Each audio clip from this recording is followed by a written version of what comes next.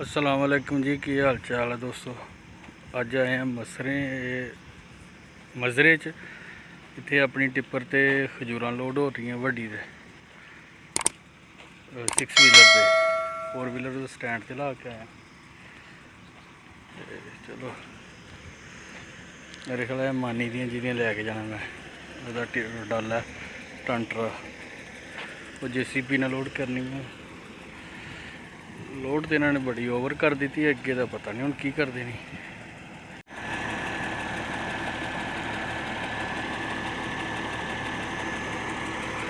दो हले बाकी रह गए ने, वो 2 JCB लगे उस लिया।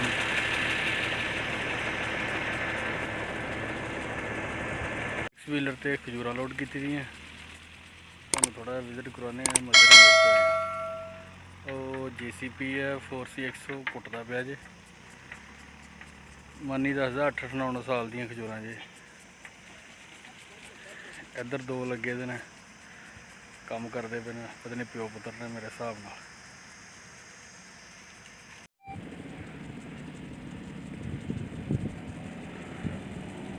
पानी वाले फुहारे लगे दे ने।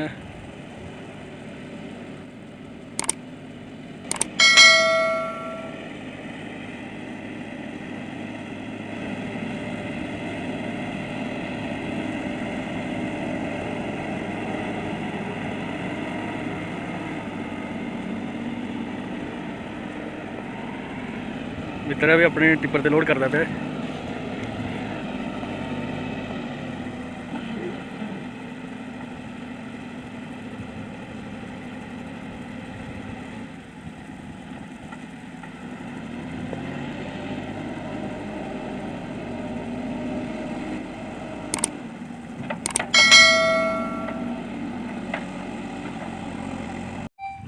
लोड ज़्यादा ही लगता हो गया।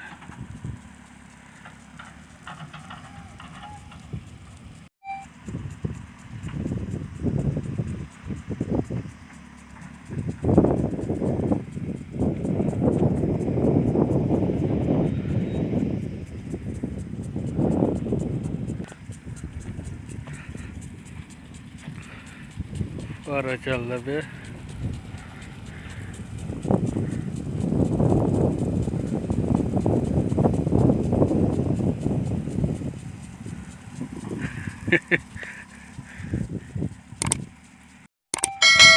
खजूर के उत्तों जो पत्ते ने कट छड़ते हैं, जड़ा समेत कट लिया। जड़ा जितनी भी सारिया थोड़ा जड़ा तो कंबल पुट ले रंबल दे लगी दी होंदी तो वो फिर सारी रंबल पुट लेंगे। मैं पूछे किन्ने साल दी है, कहता 8-8 साल दी, 8-8 9-9 साल दी तकरीबन। देखे ना काफ़ी मोटी है, नस्ली खजूरा ने, शानदार।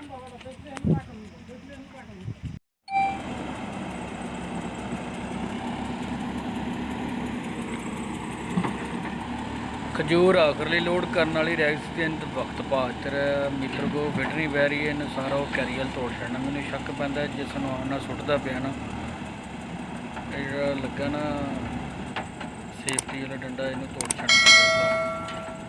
देखने करता की है, लोड तो लगे तो अपने गुस्से ना करने वास्ते। मेरे ना मैं उन्होंने आख्या भी है कि तुम ज़्यादा ओवरलोड कर दिए, शुरता मुखालफा भी दे सकता या नहीं। उन्हें कहा जी नहीं असी इस चीज़ असी खुद वसूल हाँ, तू रोड ते लैके जाना। मैं चलो ठीक है बेहतर भाई मैं लैके जाना।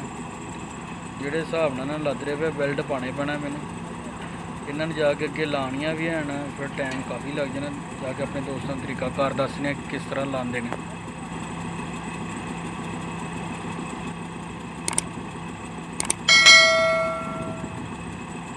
मित्र ओए टुट जाना ही